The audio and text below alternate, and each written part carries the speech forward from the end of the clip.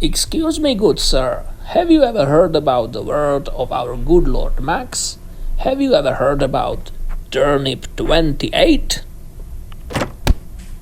It is a miniature war game taking place in the land of the Sist, where regiments led by horrible snobs fight over the tastiest root vegetables. And what miniatures does it use? Well, that's the best thing.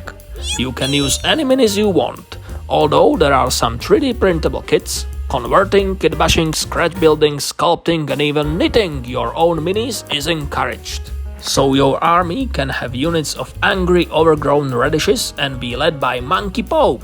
You can destroy your old plastic dinosaurs and make terrifying mounts out of them. You can sculpt monstrosity like this one and hurl it at your enemies.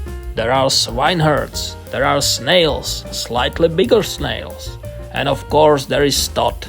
Just look at this guy, we all love him. When building a regiment in Turnip28, you are picking from basic infantry, cavalry and heavy units.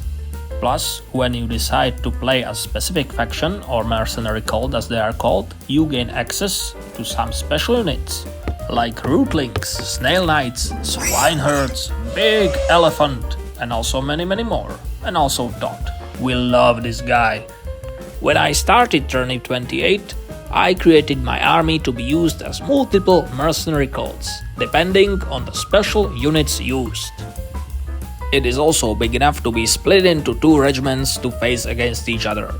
So I could go to my friendly local game store and teach other fellows how to play. And oh boy, we had some fun! Later I realized that each mercenary cult gives you an opportunity as an artist to try different ways how to tackle models' aesthetic. So I created more medieval team Knights of Shellwood Regiment. They are less muddy, more slimy, with different color scheme. And now I want more, so let's get to the point of this video. I am currently building a new Turnip28 regiment to be played as Feast of Charybdis, and I want to share the process with you, the viewer. Although this is the code with giant freaking crabs, first I would like to get hold of the process of creating model for it in general. In my opinion, the best way to try new things out is on a unit of humble basic fodder. I will be using parts from multiple kits I managed to pile up. Here I have buddies from Perry Miniatures, Victrix Games and some guys from Dungeons and Lasers. First, I clipped away little built-in bases from Victrix and Perry models. Dungeons and Lasers models are not designed in a way that they have armless torsos, so I had to cut them up to make way for new arms and heads. Speaking of which, I had prepared some various Perry, Victrix and 3D printed bits. Arms, this unit will be armed with black powder weapons. Heads, and some backpacks. I didn't have much of a plan there, just a broad idea of how minis should look like, and I wanted to mix bits from different manufacturers as much as possible. Building them was only a matter of gluing hands, heads and backpacks to the bodies. Some parts needed trimming, some needed dry fitting before gluing on, but one by one I built members of my fodder unit.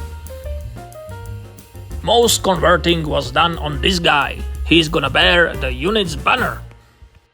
I removed the pole from his hand and replaced it with brass rod to attach banner later. Also, I replaced his original hat. Next big decision was basing. My universal fodder and shellwood fodder units are on individual 20mm bases, which is fine, but this time I want to do something different. Turnip28 allows multi-basing, meaning that I can put multiple models on the same base.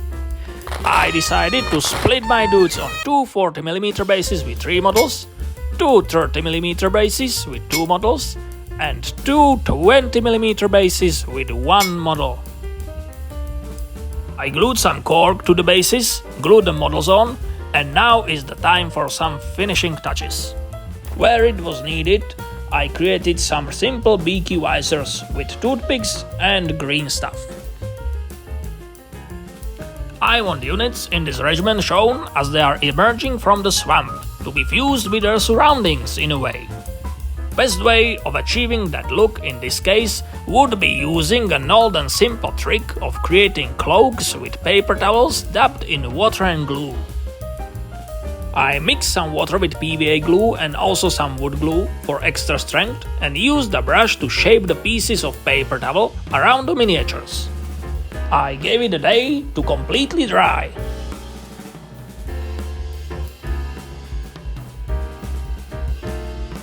Then it was time to create a banner. I cut pieces of plastic art and used the lighter to make it more bendable. Then little by little I shaped the banner. 3 plastic tube stabs were glued to the pole to create contact points for the banner to be attached to it. And after a little bit of fighting with plastic glue and sprue glue, the banner was completed. And now was the time to apply texture paste, which is one of the key features of Turnip28 aesthetics. I applied it generously everywhere, not leaving a bit of cork exposed, and applied it liberally on all the models. And since this is a cult with giant freaking crabs, the crab aspect is another thing I want to be represented on these models. I got little green stuff world crabs from my friendly local game store and glued them randomly over the models when texture paste was already hardened. This way they will be taking crab babies everywhere they go. If you ever decide to use green stuff world bits, just be cautious. Resin they are made out of is very brittle and not very well suited for smaller fiddly parts. Few crabs lost their limbs when I was removing them from the frame. I rate this product a 0 out of 10. I wouldn't buy it if I wasn't building a crab-themed army. But now my models are finally fully assembled and textured. Let's start painting! I brushed some grey primer and then I started building up my colors. I didn't have much of a plan going to this paint job. I just knew I want some purples and some greens as main colors for this regiment. As base for my greens, I started with Plague Bearer flesh, and I'd use it for everything. Then I realized the guys should be differentiated a little from their surroundings, so I slop on them some gore grunter fur.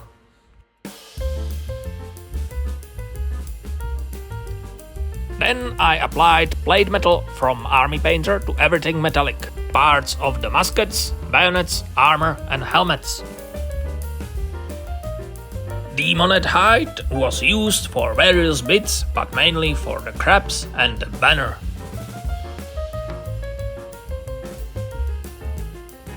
I didn't like how uniformly green everything was, so I applied thinned down wildwood to the lower parts of the models.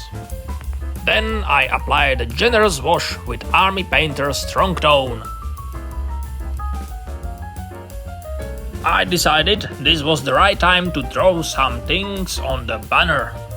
I never know what to put on the banners, so I usually just throw some vegetables and something related to the cult. I sketched out some shapes with white and applied black lines.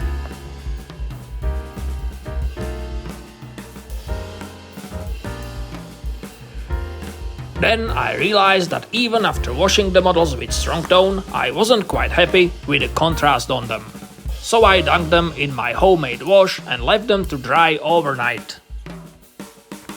But the wash didn't work as I planned. I still didn't find the recesses dark enough. So I decided that I'm gonna mix me some oil wash. I wanted to create dark wash with a little bit of green in it. I mixed some yellow and blue to make green and then added some black and brown. I liked the color so much that I drowned all the models in it. I'm going to remove it from race parts with spirits later. I saved the wash for the rest of this project. I hope it will be enough. I am afraid I will not be able to replicate the ratio on the second try. After letting it sit for a while, I wiped the oil wash from the minis with spirits and I was finally starting to be happy with the contrast. I guess most colors I firstly put on the models were lost under the wash, But hey, sometimes you just gotta trust the process. Then I brightened up purple parts with dry brushing over them with the demoned height.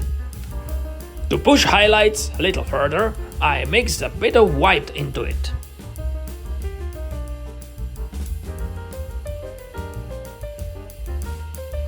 I also highlighted metallic parts with Stormhost silver to make it pop on the table more.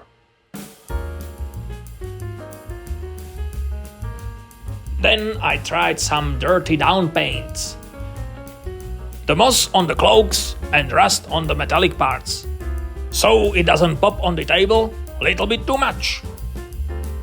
But still I didn't find my models dirty enough, so I took some of my special turnip mud.